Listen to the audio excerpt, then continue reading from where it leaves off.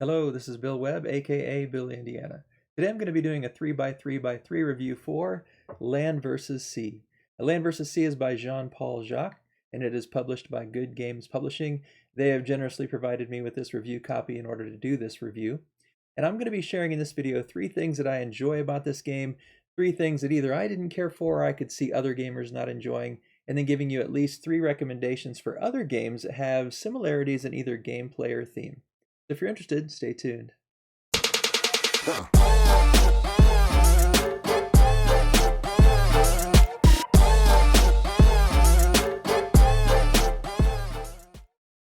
first, let me tell you a little bit about how you play the game, and this won't be a full rules explanation, just to give you a general idea about how the game works. You have 2 players or 3 players or 4 players in this game. I think it was initially built as a 2-player game, one playing land and one playing sea. If you're playing land, you're trying to play these tiles, and this is the starting tile. You've got 2 stacks of other 2-sided tiles. You're going to be trying to play the tiles land to land and sea to sea whenever you connect them, and your goal is to try to find a way to put it together over time so that you have a complete body of land. This one's not quite complete here. We've got edges that are unclosed here. We're trying to put them together to make a complete body of land.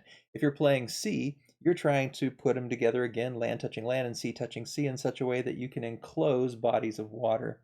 And anytime you create a enclosed area of land, you get 1 point per tile, and you also get 1 point for every little plus sign. So this one you can see has a little plus sign here.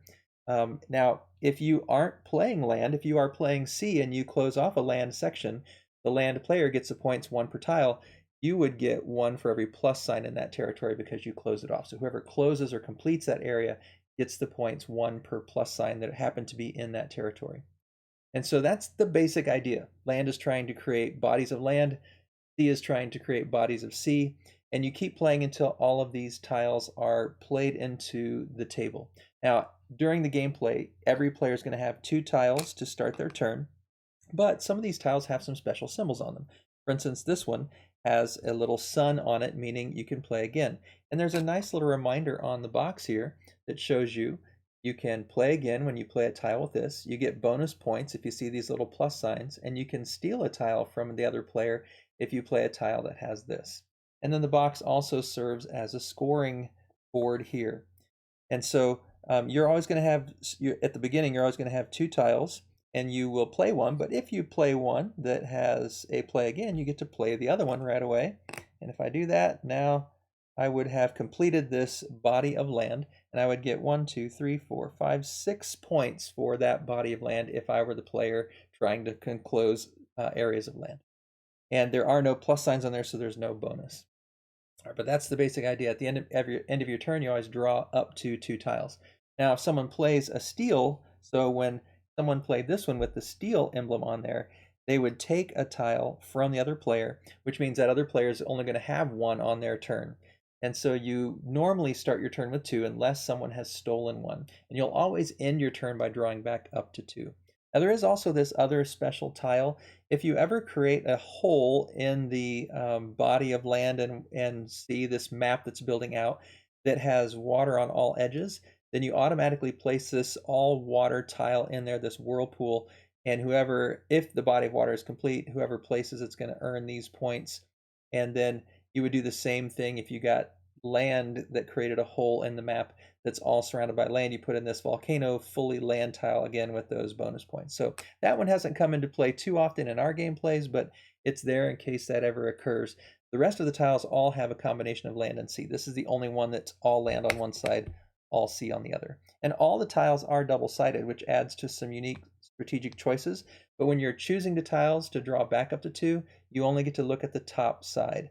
If let's say I chose this one, now I can look at the other, but you keep it secret from everybody else, and you put it down, and then I would decide, based on the tops, I'm going to go with this one. And then once I've chosen it, then I can look at the underside and put that into my collection of 2.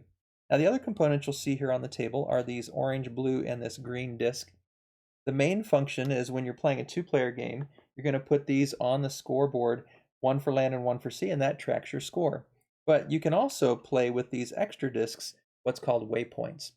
On your turn, when you play a tile, you could also put one of these waypoints on the tile. So if your land, you're going to have this land tile, or sorry, this land token, you're going to put it on a land tile that you just played.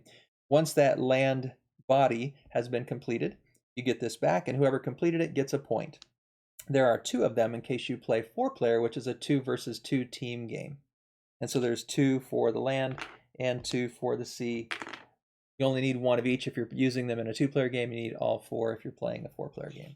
So this green tile is used for scoring if you're playing with 3 players. Now the 3rd player has a very special rule, but I need to explain some other scoring options that you can use as modules in a 2-player game or a 4-player game, but you would need them for a 3-player game. And those are the Caravan and Ships module and the Mountains and Coral module. Let me explain how it works in the base game first, and then talk to you about that 3rd player if you play a 3-player game. So Mountains and Coral, some of these tiles have mountains on them. So on here you can see some mountain design on this tile. If you were to place the tile in such a way that mountain touches mountain, then you get 1 point for that mountain range that you're building. So if you put one tile down that touches another mountain range, you get 2 points. And then if that range can be extended on a later turn with 1 more tile, it'd be worth 3 points. 1 more tile, 4 points, and you can keep extending that. Now, land would always score for the mountain ranges that are being built, regardless of whether they're the one that placed the tile down or not. There are also these coral pictures in the bodies of the sea, and so anytime coral is placed, if I were to place this one adjacent like that, it's coral next to coral, so I've just extended it, that would get me 2 points. If on a future turn, say I had this tile and I put this in here, now I've got 3 tiles with coral, so that's worth 3 points. And if I can put one here later that keeps extending it, it just keeps building and building in points. Now whoever is playing sea gets those points, whether they play the tile or not. So if you are playing land, you don't want to keep extending bodies of coral. And if you're playing sea, you don't want to keep extending mountain ranges. In fact, you want to try to thwart that process. Now, the other module is caravans and ships. Some of these tiles you can see have ships on them, some have caravans. And when you put a caravan next to another caravan or a ship, you're making a trade route. Anytime you create a trade route of at least 2, you automatically get 2 points. If you extend it, so let's say that, let's see if I can find another C one here. Here's a C one. If I extend this, now it's got a caravan, and a boat, so my trade route is now 3 long. I would still just get 2 points because I've extended the trade route. But these trade routes of caravans and ships actually score at the end of the game as well. So immediately you would get 2 for extending the trade route. But at the end of the game, if you look at the entire trade route that's created, if there are more caravans in it, land wins 1 point for every vehicle in that trade route. If there are more boats in it, then sea earns 1 point for every vehicle in that trade route. If it's a tie, neither one wins points.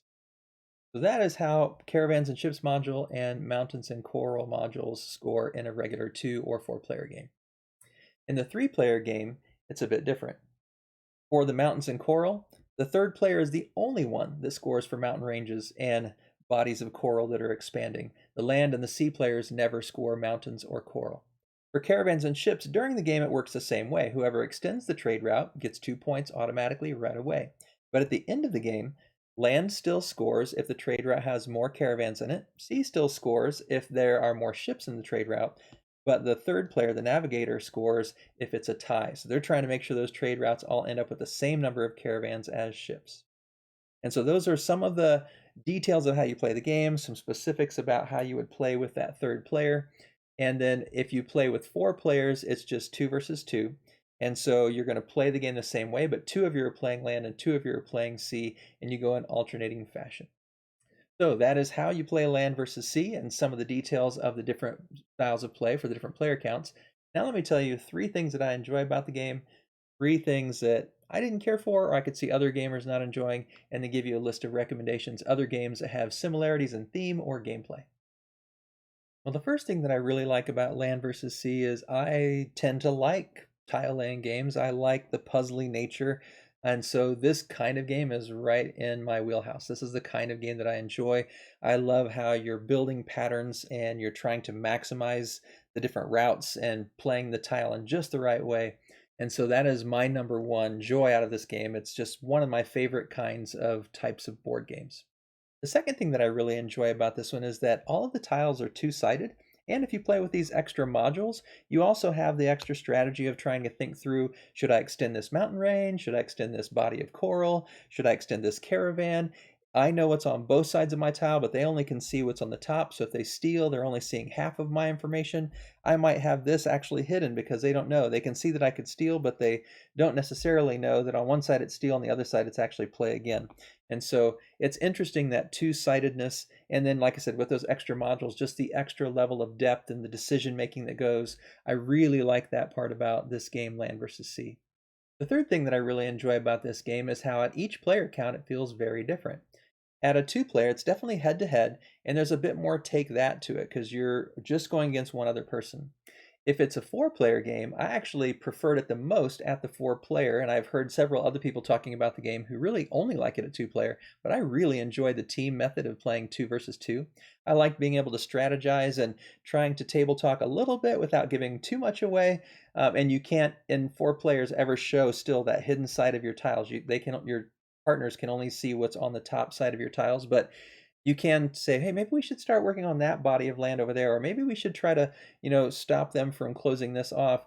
But the more you talk, the more information you're giving to the other team. So there's that balance of how much do I want to say, and how can we strategize and work together as a team. That was actually my favorite way to play. And then at three players, it felt very different again, because that third player is trying to do things that the others aren't. So you're trying to build those mountain ranges, you're trying to build that big underwater reef of coral, you're trying to make sure those trade routes are constantly even all over the board as different trade routes start to form.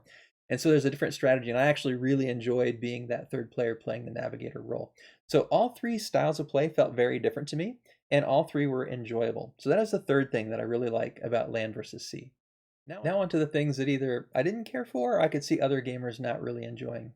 One thing is that some of the rules were a little bit hazy. Most of the rules were pretty good, pretty clear, and they had some pretty good examples given in there, but particularly in the caravans and ships, it wasn't really clear when I read their base rules about how that worked. But then when I read later in the three-player and four-player rules, it was fleshed out a little bit more. I feel like maybe it could have been a little bit better. It's kind of a nitpick there because overall the rules weren't bad, but I feel like they maybe could have done just a bit better job to make it clear, because it's a pretty easy game and it should be pretty accessible to a lot of people. But whenever the rules aren't entirely clear and you have to go to BGG to figure things out, or you have to read in different parts of the rule book to sort of pull things together, players maybe that aren't as dedicated to gaming or not as experienced in gaming might give up or just get frustrated by it. So it's a small complaint. The rules overall are not bad, but I feel like there's a little bit of room for improvement there.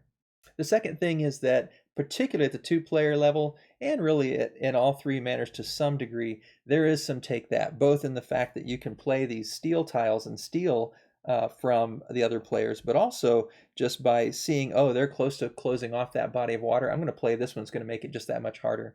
And so you can really be making it difficult for the other player or players if you're playing in team mode or three-player.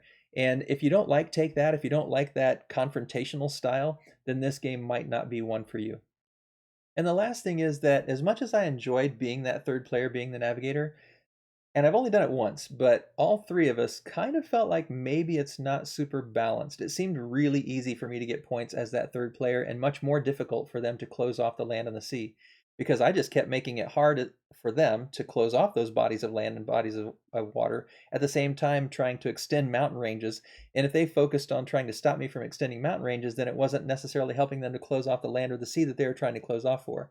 So in that one gameplay, could be different if we all had a little bit more experience playing the game. And also, I was the only one that had played it prior. The other two were both new players, so I'm sure that had something to do with it. But I think it may be a little bit easier for that navigator. And it's interesting because going into the game, we all three thought that it was going to be the harder role. In the end, it seemed like it might be a little overpowered. It'll take more gameplays to know that for sure, but it's at least a concern I have that I wanted to mention in these three things that either might not be the best or I could see being a problem for other players. Now on to the recommendations. The first recommendation I have is actually a collection of games, and the first one is Carcassonne. So if you played Carcassonne and you heard me talking about how you're trying to close off the land or close off the sea, that's probably going to remind you, whether you've played Safari or Amazonia or the base game or any in all of them, you're trying to close off certain territories. So in the base game of Carcassonne, for instance, which most people have played, if you've played many games, they're trying to close off cities, and you can strategically try to make those cities harder to close off for other people, and you can try to take them over. And so there's some commonality there. But that's a game that many people have played. So I want to give you some suggestions, some recommendations that kind of have that sort of old school feel, but aren't as well known. One is Charte. And Charte is by Reiner Knizia, and it's a tiny little game just made of a handful of tiles. And then these tiles, we have land and sea. So similarly, you're trying to make bodies of water or bodies of land. But when you play these tiles down, you can also rotate them. And so as you're playing, you can keep shifting the orientation of them. You either play one or rotate one, but you can never rotate it more than twice in a row. So if I rotate it and the next person rotates it, I have to play one. And you just go till all the tiles are gone. So it's a very fast game, a small box game you can throw in your backpack. Really easy to learn. Much simpler than Land versus Sea, but has a similar feel. And it's by Reiner Knizia, another classic designer. This one, Oceania by Klaus Teuber. Now, Oceania is one where you have a map, and this is one that, he has built the Catan Empire, but this is one that not that many people have heard of, but it's an older game. And in Oceania, you have this map, and then you've got these little tiles with water and islands, and you're trying to create trade routes and create bodies of land, and you're moving your ships across this. So you've got these nice little wooden ships that you're moving around.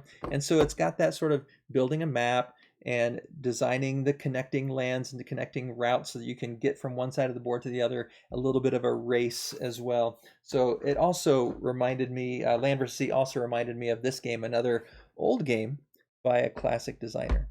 So that is my number one recommendation, but actually 3 games. So from old type games to new. If you like Land vs. Sea, I would say you should also consider trying Cascadia by Randy Flynn and AEG and Flatout Games. Cascadia is also a tile laying game. You have these little hex tiles, but the hex tiles in Cascadia are territories with little images of animals on them. So if you look at the tiles from Cascadia, we've got these hexes, and so this one we've got some salmon on it. This one we've got some salmon and a bird, and there's both wetland and water. And then you got here we've got some mountains and some water with birds and bears. And so you can just see they all have different kind of animals, and they all have different kinds of territory. And you're putting these out. You don't necessarily have to line up the territories, but it's to a scoring advantage if you can. And then there's also these nice wooden tokens. And the wooden tokens play in conjunction with the tiles. So I can only play a bird on a tile that has a bird emblem, and I can only play a salmon on a tile that has a salmon emblem, and you have to pick up a tile token combo. If you want to know more about how to play this game, check out my video. I'll link it above here. But Cascadia is an incredible game that has also got that tile laying puzzle feature that I really enjoy, that sort of building out the patterns and trying to maximize your points.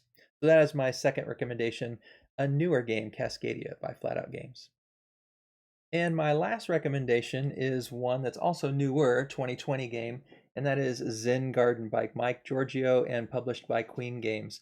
Now this one has some beautiful art, and instead of the hex tiles, it has square tiles, but you have this nice pagoda here, and the pagoda determines how the scoring is going to go for each game, and so that's going to be variable every game, and you can determine how many levels of the pagoda you want to make the complexity of scoring opportunities more or less complex.